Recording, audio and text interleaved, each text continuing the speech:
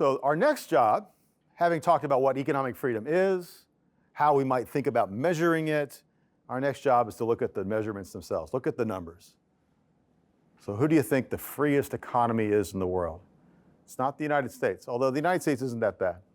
So we're going to look at the top and bottom 10 countries, we're going to look at some selected other nations, and then we'll maybe pull back and look at the whole world a little bit. We have 165 nations on this Economic Freedom Index, so it's kind of hard to summarize them all at once, but we'll do our best to give you a feel for where countries fall on this Economic Freedom Index. In terms of top and bottom 10, the United States actually comes in 5th. Not too bad. And if you think about the United States, are we a market economy? Yeah, sure. Yeah, we have some taxes, we have regulations, we have some inflation. We have a little bit more inflation lately than we've had in a while, but it's not that bad. We don't have hyperinflation in the United States. Our tax rates aren't as high as they are in other places. So all in all, the United States scores at number 5. The scale's a 0 to 10 scale, so an 8.14 out of 10.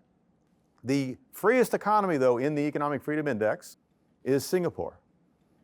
I should mention that this is the first time Singapore has been number 1. These data are for 2021, and this is the first year that Singapore shows up as number 1. In every other previous report, Hong Kong was number 1. So this is the big news for the Economic Freedom Index, is that Hong Kong and Singapore have traded places, although you can see they're essentially tied. Singapore is 8.56, Hong Kong is 8.55. They are very similar countries. They both have really low taxes. I think the top tax rate in both countries is 20%. That's the top tax rate. The top tax rate in the United States, depending on what state you live in, could be as high as 50%. So Singapore and Hong Kong have much lower taxes. Their court systems, for the most part, enforce contracts fairly. They don't have a lot of corruption. They don't have a lot of inflation. They're very free trade countries. In fact, neither country has any tariffs. No tariffs on imported goods at all. So they're the freest trade countries in the world, and their regulations on various things are usually pretty manageable.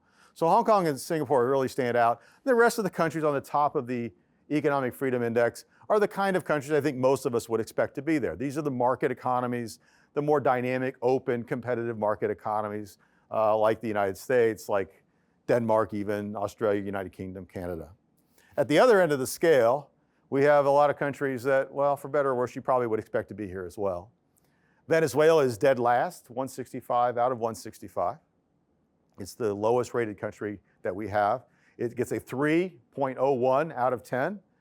I should mention we don't rate North Korea.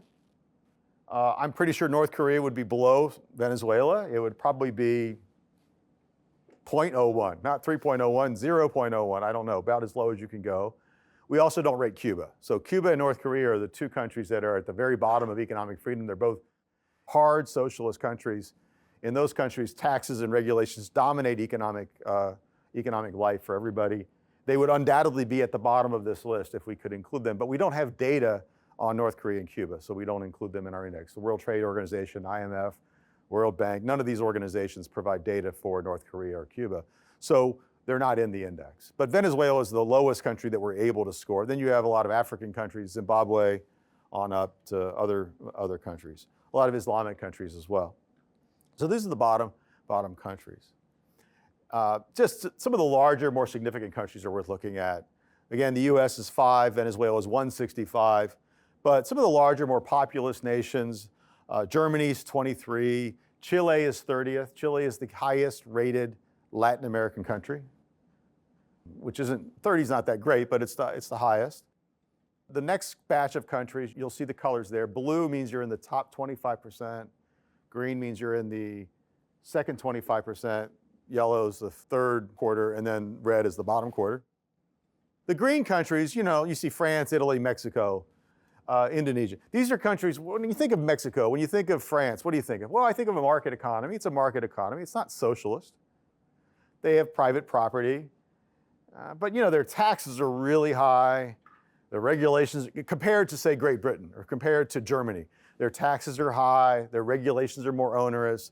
They're just not as much of a market economy as, say, Germany is, or Japan, or the United States. So you're getting your social welfare countries of Western Europe, mostly, in the sort of green category, that second quarter of countries. The third quarter, the yellows, these are the ones where maybe they're market economies on paper, like they have private property and businesses, but really everything is government dominated. This is where you're getting a lot more corruption. You're seeing that in order to do business in the private sector, you've got to be connected, you've got to be related to the emir or to the president, or you got to get, everything is very politicized. So it may be nominally capitalist in that yellow group, countries like Brazil, India, Russia, China even. These are countries that are nominally free, like market economies now. They have private property and businesses, but really, if you step out of line of the government in these countries, you are in trouble. All right, so these are heavily dominated, but still nominally market economies. And then the red ones are the ones where government risk flat out dominates. You can't do anything. If you want to do anything at all, you've got to be aligned with the government. It's either a hard socialist country like Venezuela is, or it's basically effectively a socialist country. So here's the world map. Let's get you step back a little bit. If you have a favorite country on the map, feel free to identify it. I have some favorite countries on the map. I grew up and became sort of politically aware. I was a student in the 1980s. And in the 1980s, the Cold War with the Soviet Union was still going on. And one of the greatest things that has ever happened in my life was to witness the breakup, the decline of the Soviet Union. And so for me, the last 30 years or so has been watching the Soviet Union, the constituent parts of the old Soviet Union break apart and kind of go their own way. Some of them have really moved away from Soviet-style socialism to pretty good capitalism, pretty good economic freedom. If you look at the Baltic countries, Latvia, Lithuania, and Estonia, they're all colored blue on that map, meaning that they're in the top 25%. And also in the Caucasus, Georgia and Armenia are both blue. So we have 5 former Soviet republics, Estonia, Latvia, Lithuania, Georgia, and Armenia, and they're in the top 25%. 30 years ago, they were Soviet republics, almost as far away from Adam Smith and his system of natural liberty as you could imagine being. They were Soviet republics. And 30 years later, barely more than a generation later, they are in the top quarter of the most economically free countries in the world. They have all moved very quick towards economic freedom. They've lowered taxes, they've deregulated, they've stabilized their monetary systems, and importantly, they've opened up their markets to the outside world. So that's been great. On the other hand, Russia itself, the big swath that's Russia, of course, yellow is better than red. But Russia has, we all know, has struggled to move towards markets. Yes, they privatized most of the old Soviet enterprises. They're no longer socialist enterprises. They're run by oligarchs. But Russia still has a lot of regulations, a lot of corruption, and they really haven't moved too far away from where they were when they were the Soviet Union. Other countries, Ukraine is doing not very well. Some of the central republics like Kazakhstan, Kyrgyzstan, they're kind of middling around too. So, some of the Soviet republics have really barely changed. Others have really changed. And that's been one of the fun things to look at as we look at the economic freedom data over time. The other thing I like to look at is Africa. Africa looks pretty bleak. There's a lot of red. A lot of African countries are in the bottom quarter of the economic freedom index. There isn't a lot of free markets going on in Africa. But it's really not as bad as it looks, because by design, 25% of the countries are going to be red on this map. We've designed the map so that the bottom quarter is always colored red. What's happened, and this is good news, is that countries have all gotten more economically free. I'll show you a graph in a second. But what's happened is that the countries in Africa, which used to be 3s and 4s, are now 5s and 6s. Now, a 5 and a 6 isn't very good, but it's better than a 3 or a 4. So the reds have gotten better. What's happened is that the bottom has kind of come up. There's still a bottom 25%, and it's still mostly in Africa, but they're actually more economically free today than they were, say, 20, 30 years ago. So that's been good news. I'm actually quite optimistic about a lot of African economies. I think once we get through COVID and the world economies begin to reestablish, I think that we're going to see some real growth, particularly in southern-ish Africa, countries like Botswana, Zambia, Kenya, and so forth, mostly Anglophone, English-speaking Africa especially, but even in some French-speaking Africa, there's been some pretty good reforms. So despite what it looks like on the map, I'm actually optimistic about the prospects in Africa. So what's been happening over the long run? Over the long run, we have seen a general trend towards more economic freedom. I mentioned Africa, but really it's been all around the world. So since 2000, and if you were to do this graph backwards to say 1980, you would see a continuing trend. But since 2000, say the last 20 years, from 2000 to 2021, we've seen a general increase in economic freedom. We have a couple of hiccups. Around 2008 and 2009, there was the financial crisis. Now, the financial crisis itself doesn't really affect economic freedom, but how did governments react to the financial crisis? Well, they spent a lot of money and they added a bunch of new regulations. So the governments reacted to the financial crisis by lowering economic freedom. And then, of course, we have the more recent crisis with respect to COVID in 2020 and 2021.